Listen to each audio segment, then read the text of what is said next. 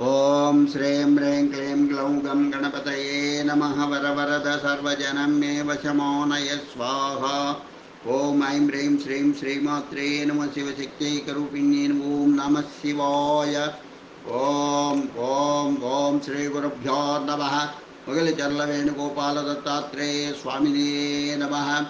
ओम शामं jam ऐं ओं श्रां दूं त्रं घ्नं ओम नमः शिवाय वेणुदत्तात्रेय नमः।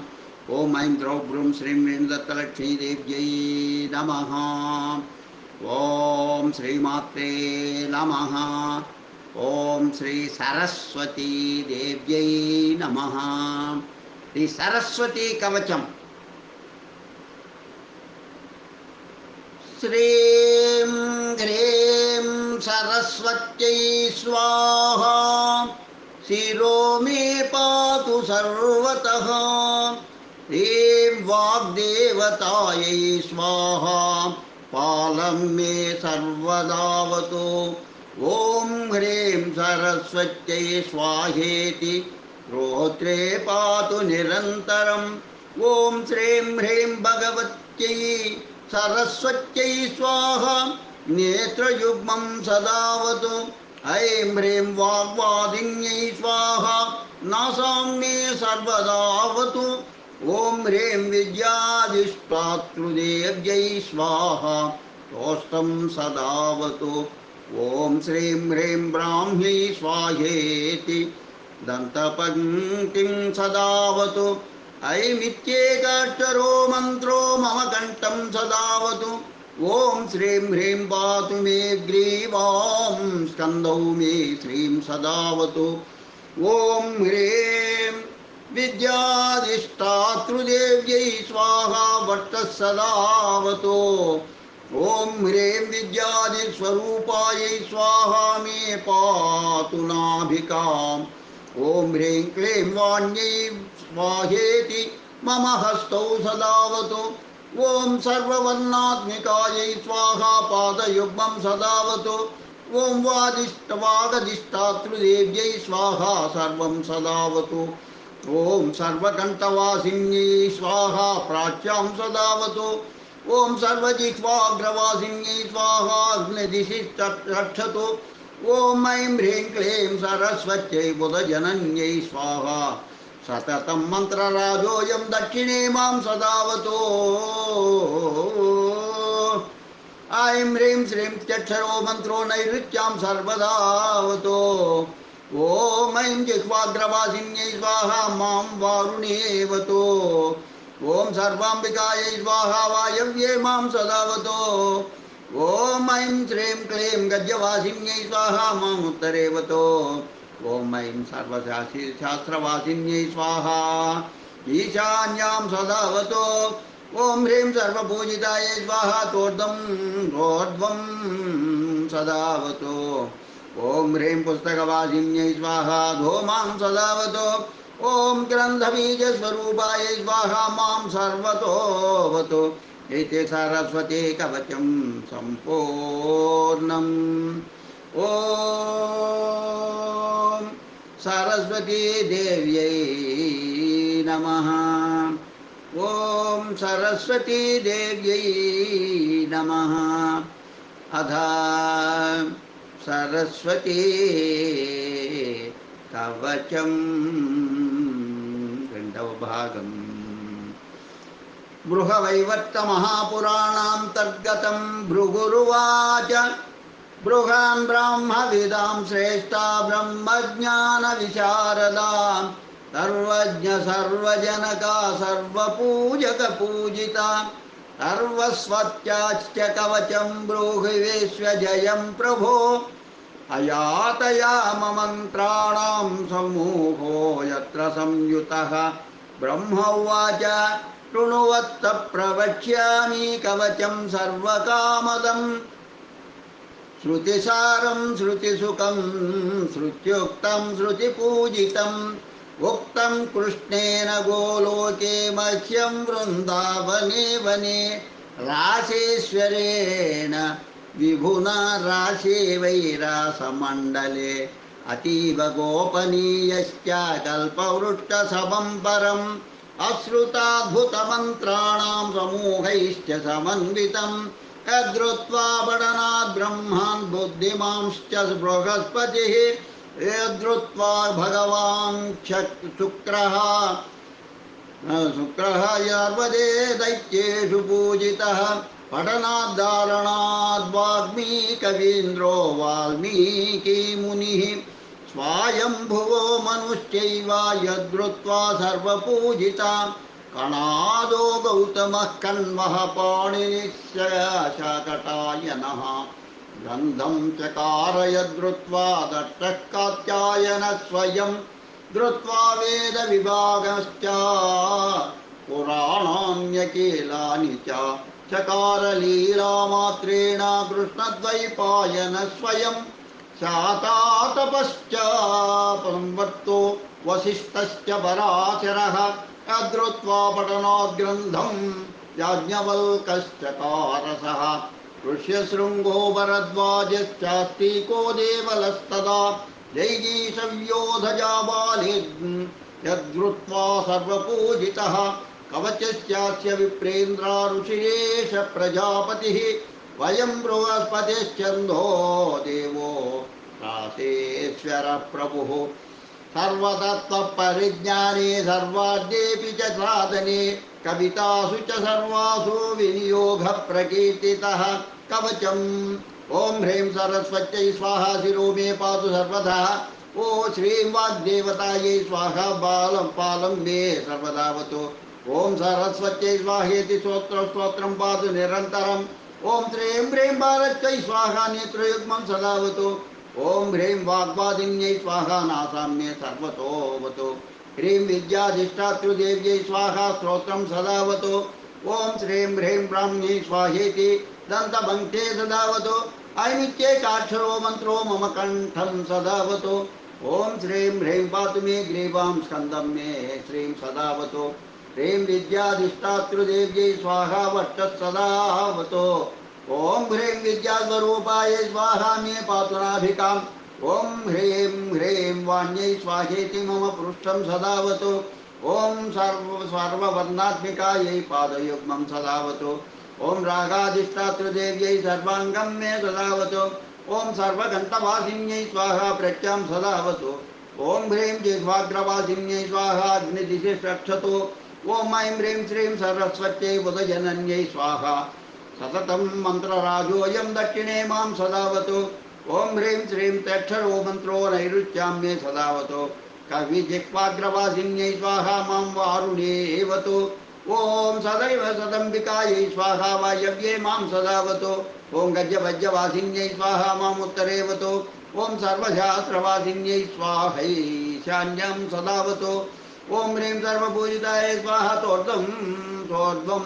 सदावतु ऐं ह्रीं पुस्तकवासिन्यै स्वाहा धूमां सदावतु ओं ग्रन्थबीजरूपायै स्वाहा मां सर्वतोऽवतु इति ते कथितं विप्रा सर्वमन्त्रौघविग्रहम् इदं विश्वजयं नाम कवचं ब्रह्मरूपकं पुरा श्रुतं धर्मवक्त्रात् पद्मवक्त्रात् पर्वते गन्धमादने तव स्नेहान्मया ख्यातं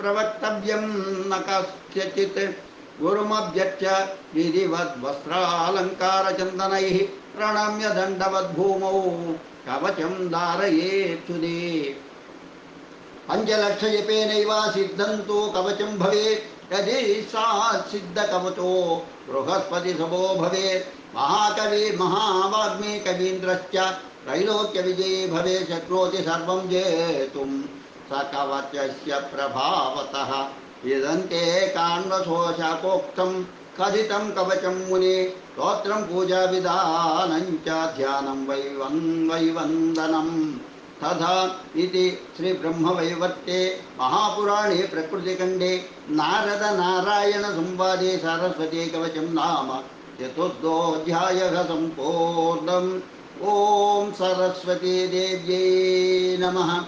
ॐ नमो सरस्वती देव्यै नमः।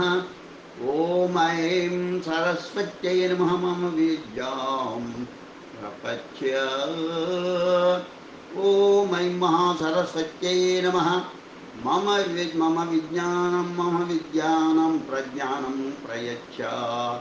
ॐ सरस्वत्यै नमः। ॐ सरस्वत्यै नमः। ॐ सरस्वत्यै नमः। ॐ सरस्वत्यै नमः। ॐ सरस्वत्यै नमः। ॐ सरस्वत्यै नमः। ॐ सरस्वत्यै नमः। ॐ सरस्वत्यै नमः। ॐ सरस्वत्यै नमः। ॐ सरस्वत्यै नमः। ॐ सरस्वत्यै नमः। ॐ सरस्वती देव्यै नमः। श्रीसरस्वती स्तोत्रम् अगस्त्यकृतम्। या कुन्देन्दुतुषारहारधवला या शुभ्रवस्त्रावृता या वीणावरदण्डमण्डितकरा या श्वेतवद्वासना या ब्रह्माच्युतशङ्करप्रभृतिभिर्देवैः सदा पूजिता सा मां पातु सरस्वती भगवती निःशेषजाड्यापः। दोर्भिर्युक्ता चतुर्भिः स्फटिकमणिनिभैरक्तमालां दधाना हस्तेनैकेन पद्मं सितमपि च सुखं पुस्तकं चापरेण भासा कुन्देन्दुशङ्खस्फटिकमणिनिभा भासमाना समाना सा मे वाग्देवतेयं निवसतु वदने सर्वदा सुप्रसन्ना। सुरासुरैः सेवितपादपङ्कजा करे विराजत्कमनीयपुस्तका विरिञ्चि पत्नी कमलासनस्थिता सरस्वती नृत्यतु वाचि मे सदा। सरस्वती सरसिजके सरप्रभा तपस्विनी सितकमलासनप्रिया घनस्तनी कमलविलोललोचना मनस्विनी भवतु परप्रसादिनी। सरस्वती नमस्तुभ्यं वरदे कामरूपिणी विद्यारम्भं करिष्यामि सिद्धिर्भवतु मे सदा। सरस्वती नमस्तुभ्यं सर्वदेवी नमो नमः। शान्तरूपे शशिधरे सर्वयोगे नमो नमः। नित्यानन्दे निराधारे निष्कलायै नमो नमः। विद्याधरे विशालाट्ये शुद्धज्ञाने नमो नमः। शुद्धस्फटिकरूपायै सूक्ष्मरूपे नमो नमः। शब्दब्रह्मि चतुर्हस्ते सर्वसिद्ध्यै नमो नमः। मुक्तालङ्कृतसर्वाङ्ग्यै मूलाधारे नमो नमः। मूलमन्त्रस्वरूपायै मूलशक्त्यै नमो नमः। मनोन्मणिमहाभोगे वागीश्वरि नमो नमः। वाग्मै वरदहस्तायै वरदायै नमो नमः। वेदायै वेदरूपायै वेदान्तायै नमो नमः। गुणदोषविवर्जिन्यै गुणदीप्त्यै नमो नमः। सर्वज्ञाने सदानन्दे सर्वरूपे नमो नमः। सम्पन्नायै कुमार्यै च सर्वज्ञे ते नमो नमः। योगानार्य उमादेव्यै योगानन्दे नमो नमः। दिव्यज्ञानत्रिनेत्रायै दिव्यमूर्त्यै नमो नमः। अर्धचन्द्रजटाधारे चन्द्रबिम्बे नमो नमः। चन्द्रादित्यजटाधारे चन्द्रबिम्बे नमो नमः। अनुरूपे महारूपे विश्वरूपे नमो नमः। अणिमाद्यष्टसिद्धायै आनन्दायै नमो नमः। ज्ञानविज्ञानरूपायै ज्ञानमूर्ते नमो नमः। नानाशास्त्रस्वरूपायै नानारूपे नमो नमः। पद्मज पद्मवंशा च पद्मरूपे नमो नमः। परमेष्ट्यै परमूर्त्यै नमस्ते पापनाशिनी महादेव्यै महाकाल्यै महालक्ष्मी नमो नमः। ब्रह्म विष्णु शिवायै च ब्रह्मणार्यै ब्रह्मणार्यै नमो नमः। कमलाकरपुष्पाय कामरूपे नमो नमः। कपालि कर्मदीप्तायै कर्मदायै नमो नमः। सायं प्रातः पठे नित्यं षण्मासा सिद्धिरुच्यते। सौरभ्याग्रभयं नास्ति पठतां शृण्वतामपि। एतं सरस्वती स्तोत्रम् अगस्त्यमुनिवाचकम् सर्वसिद्धिकरं नॄणां सर्वपापप्रणाशनम् इति अगस्त्यमुनि प्रोक्त श्री सरस्वती स्तोत्रं संपूर्णम्। अथ सरस्वती स्तोत्रं రెండవ భాగం మధ్య కరిష్యే నమః। ఓం అస్య శ్రీ सरस्वती स्तोत्र मंत्र से ब्रह्मा ऋषि गायत्री चंदः श्री सरस्वती देवता धर्मार्थ काम मोक्षार्थे जपे विनियोगः। आरूढ़ श्वेत हंसे भ्रमति च गगने दक्षिणे चाट्टसूत्रं वामे हस्ते च दिव्यांबर कनकमयं पुस्तकं ज्ञानगम्या सा वेदां वादयन्ते स्वकर्रकर जपै शास्त्र विज्ञान शब्दै क्रीडन्ते दिव्यरूपा करकमलधरा भारती सुप्रसन्ना श्वेतपद्मासना देवी श्वेतगन्धानुलेपना अर्चिता मुनिभिः सर्वैः पुरुषभिः स्तूयते सदा। एवं ध्यात्वा सदा देवीं वाञ्छितं लभते नरः।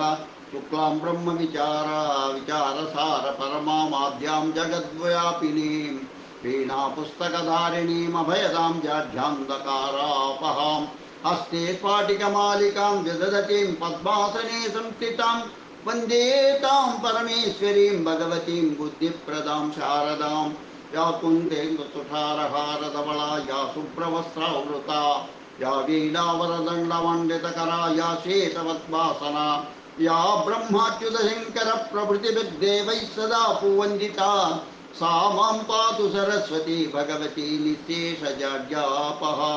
ह्रीं ह्रीं हृद्वैकबीजे शशिरुचिकमले कल्पविस्पष्टशोभे भव्ये भव्यानुकूले कुमतिवनदवे विश्ववन्ध्याग्रिपद्मे पद्मे पद्मोपविष्टे प्रणतजनमनोमोदसम्पादयित्री प्रोत्तुल्लज्ञानकूटे हरिनिजदयिते देवी संसारसारे। ऐं ऐं ऐं दृष्टमन्त्रे कमलभवमुकाम्भोज भूतस्वरूपे रूपारूप प्रकाशे सकलगुणमये निर्गुणे निर्विकारे न स्थूले नैव सूक्ष्मे अप्यविदितविभवेनापि विज्ञानतत्त्वे विश्वे विश्वान्तरात्मे सुरवरनमिते निष्कले नित्यशुद्धे।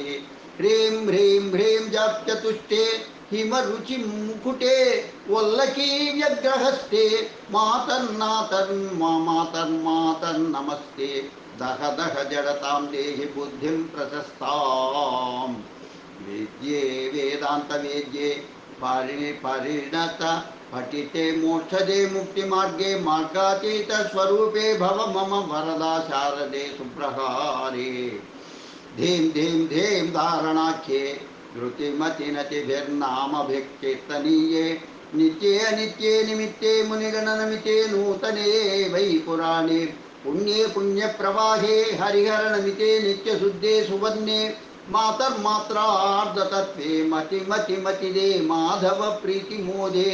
ह्रों ह्रों ह्रों स्वस्वरूपे दह दह दुरितं पुस्तकव्यग्रहस्ते सन्तुष्टाकारचित्ते स्मितमुखि सुभगे दृम्बिनि स्तम्भवेद्ये मोहे मुग्रप्रवाहे कुरु मम विमतिद्वान्तविध्वंसबीडे गौर्गीर्वाग्भारतीं